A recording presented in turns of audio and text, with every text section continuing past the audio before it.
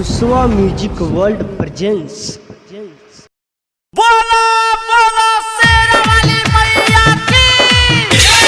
Music निर्भय राज चकिया।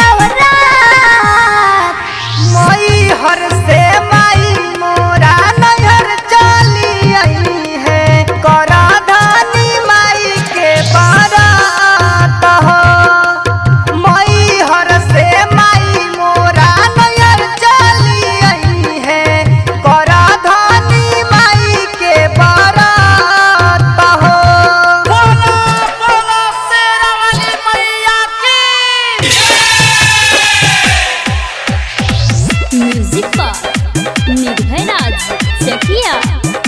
बोलो बोलो शेरा वाली मैया की।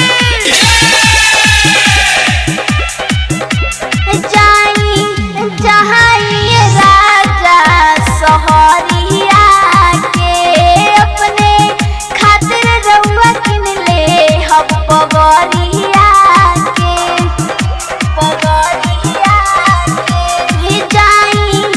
जाई राजा सोहरिया के अपने खातिर रउआ किन ले हम पगरिया के आँखें खुल जाई है सतमी के रात। मई हर से माई मोरा नहर चली आई है करा धानी माई के बारात हो। मई हर से माई मोरा नहर चली आई है करा धानी माई के बारात हो। बोलो बोलो शेरा वाली मैया की। म्यूजिक निर्भय राज चकिया। बोलो बोलो शेरा वाली मैया की। राहुल लिखे लन माई के भजन हवा हो राजू गावेला करे कीर्तन हवा हो राहुल लिखे लन माई के भजन हवा हो राजू गावेला करे कीर्तन हवा हो इनके जग के करेली जगरात।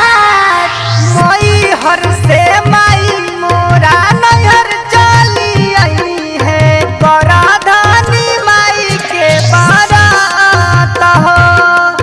मई हर से माई मोरा नहर चली आई है करा धानी माई के बारात हो। संगीत रिकॉर्डिंग स्टूडियो बखरी बाजार।